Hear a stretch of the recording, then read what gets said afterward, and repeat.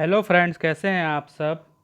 इस लेक्चर में हम लोग जानेंगे भारतीय राजनीतिक व्यवस्था के बारे में। साथ ही साथ इसमें मैं कुछ बुक्स बताऊंगा और लक्ष्मीकांत का जो पहला चैप्टर है ऐतिहासिक पृष्ठभूमि, उसकी शुरुआत करूंगा। तो आपको कौन कौन सी बुक्स पढ़नी है, सबसे पहले ये नोट डाउन कर लीजिए। तो पहली बुक जो है वो लक्ष्मीकांत ही है। इसका शॉर्ट एनालिसिस मैं आपको बता दूंगा।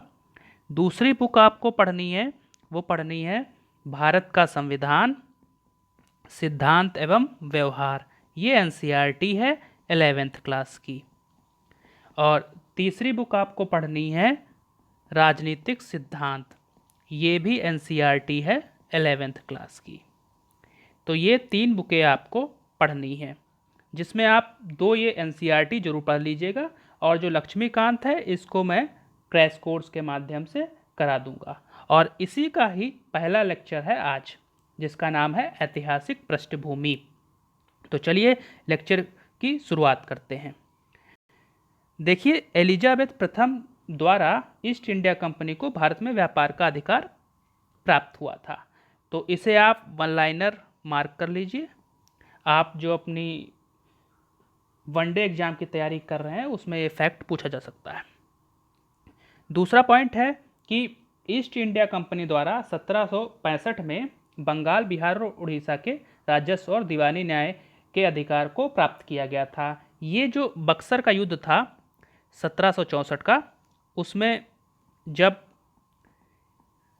ईस्ट इंडिया कंपनी की विजय हुई थी, उसके उपरांत जो है बंगाल, बिहार और उड़ीसा के राजस्व और दीवानी न्याय के अधिकार जो है ईस्ट इंडिया कंपनी को प्राप्त हुए थे 1765 में।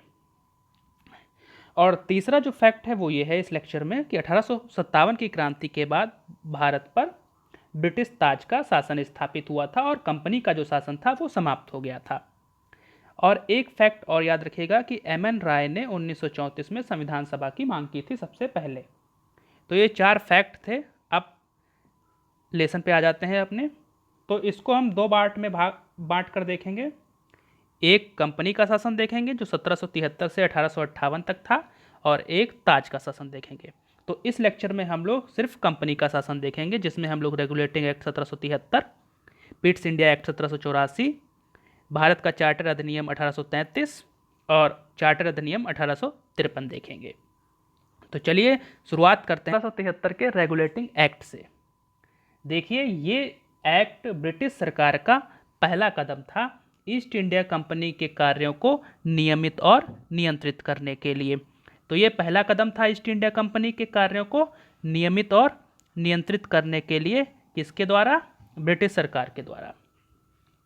इसी एक्ट के माध्यम से पहली बार कंपनी शासन का लिखित संविधान भी लाया गया था, और कंपनी के राजनीतिक और प्रशासनिक कार्यों को भी मान्यता दी गई थी। तो आप पीपीटी को ध्यान से देखने के साथ साथ मेरी बातों को भी ध्यान से सुनिएगा, क्योंकि मैं इसमें कई ऐसे पॉइंट बताऊंगा जो कि पीपीटी में नहीं होंगे। तो चलिए अब इस एक्ट के मुख्य प्रावधान देख लेते हैं। तो इसमें कहा गया था कि जो बंगाल का गवर्नर है वो अब बंगाल का गवर्नर जनरल कहलाएगा, और इसकी सहायता के लिए 4 सदस्यीय कार्यकारी परिषद होगी। मद्रास, बम्बई के जो गवर्नर थे वो बंगाल के गवर्नर जनरल के अधीन हो जाएंगे। तो ये दोनों जो हैं वो बंगाल के गवर्नर जनरल के अधीन हो जाएंगे। साथ ही साथ इसमें कलकत्ता में एक सुप्रीम कोर्ट की स्थापना की बात की गई थी, जिसकी स्थापना 1774 में हुई, और इसके प्रथम मुख्य न्यायाधीश सर एलिजा इम्पे थे। सर एलिजा इम्पे, तो ये भी याद रखिएगा, एलिजा इम्पे इसके पहले मुख्य न्यायाधीश थे। इसमें कंपनी के कर्मचारियों के निजी व्यापार और रिश्वत इत्यादि पे प्रतिबंध लगा दिया गया था। साथ ही कोर्ट ऑफ डायरेक्टर्स का प्रभावी नियंत्रण राजस्व, नागरिक और सैन्य मामलों में किया गया था। अब राजस्व, नागरिक और सैन्य मामलों की जानकारी ब्रिटिश सरकार को देना अनिवार्य कर दिया गया था। अब आपको बताना है बंगाल का प्रथम गवर्नर जनरल कौन था। साथ ही साथ आपको यह भी बताना है कि कलकत्ता सुप्रीम कोर्ट के अंतर्गत कौन कौन से क्षेत्र आते थे। चलिए अब देखते हैं 1784 का पिट्स इंडिया एक्ट। देखिए यह एक्ट जो था वो एक और एक्ट आया था, act of settlement. Act of settlement 1981, जो एक्ट ऑफ सेटलमेंट 1981 आया था, उसका ये एक तरीके से कह सकते हैं उसकी कमियों को दूर करने के लाया गया था, और साथ ही साथ रेगुलेटिंग एक्ट 1773 की कमियों को भी दूर करने के लिए लाया गया था। इसमें पहली बार कंपनी के राजनीतिक और वाणिज्यिक कार्यों को अलग अलग किया गया। साथ ही साथ इसमें एक चीज़ और याद रखिएगा कि 1784 के एक्ट के माध्यम से द्वैध शासन की शुरुआत की गई थी। इसके तहत एक निदेशक मंडल था और एक नियंत्रण बोर्ड था। तो निदेशक मंडल तो पहले से थे, अब एक नया निकाय बनाया गया, नियंत्रण बोर्ड। नियंत्रण बोर्ड जो था वो राजनीतिक मामलों का प्रबंधन करता था, और जो निदेशक मंडल था, कोर्ट ऑफ डायरेक्टर्स, वो कंपनी के व्यापारिक मामलों को देखता था। इस तरीके से आप कह सकते हैं कि द्वैध शासन की शुरुआत हुई थी। चलिए आगे देखते हैं। इसमें एक और प्रावधान किया गया था, गवर्नर जनरल की परिषद में सदस्यों की संख्या जो 4 थी उसको अब 3 कर दिया गया था, और पहली बार कंपनी के अधीन क्षेत्र को ब्रिटिश आधिपत्य का क्षेत्र कहा गया, और कंपनी के कार्यों और प्रशासन का पूर्ण नियंत्रण जो है वो ब्रिटिश सरकार द्वारा रखा गया। तो ये कुछ इसके इम्पॉर्टेंट चीज़ें थी।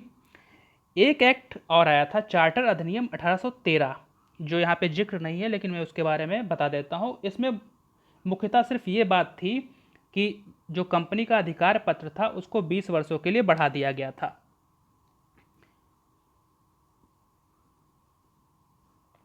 और कंपनी के व्यापारिक एकाधिकार को समाप्त कर दिया गया था।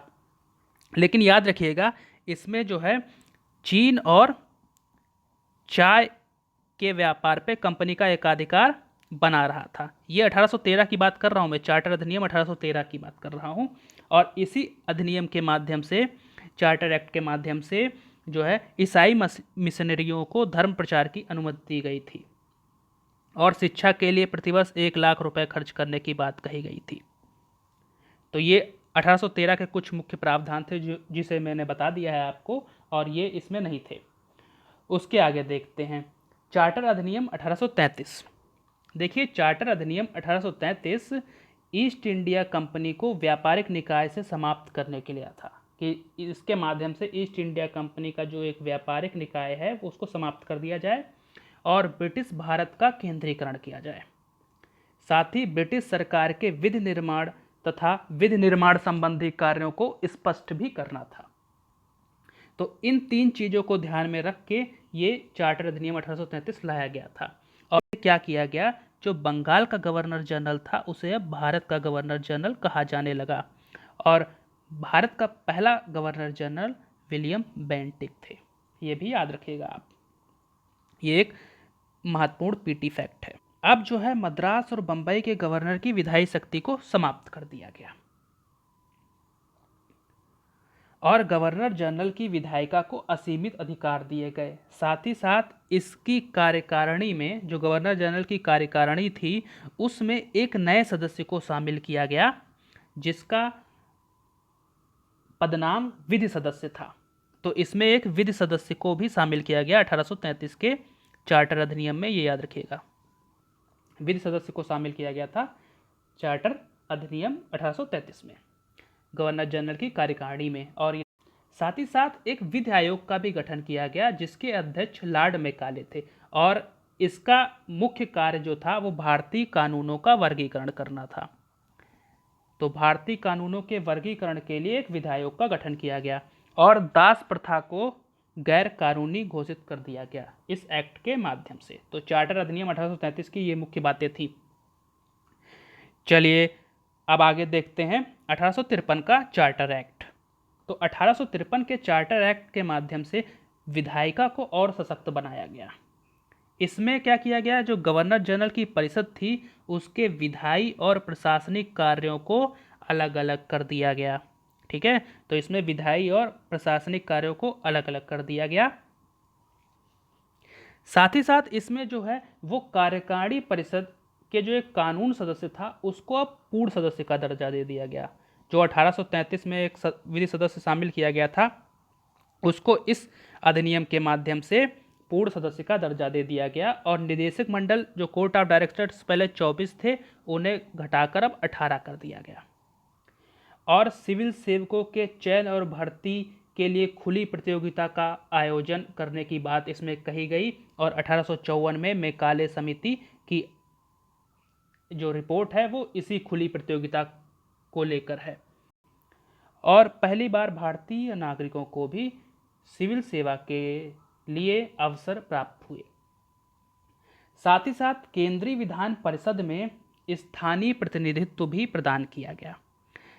केंद्रीय विधान परिषद में स्थानीय प्रतिनिधित्व भी प्रदान किया गया और इसमें 6 नए सदस्यों को शामिल किया गया, जिनमें 4 जो सदस्य थे उनको बंगाल, मद्रास और आगरा की प्रांतीय सरकारों से चुना जाना था। तो स्थानीय प्रतिनिधित्व के लिए जो 6 नए सदस्य चुने जाने थे उनमें से 4 बंगाल, मद्रास, बंबई और आगरा की प्रांतीय सरकारों से चुने जाने थे। तो ये केंद्रीय विधान परिषद में एक स्थानीय प्रतिनिधित्व की शुरुआत हुई।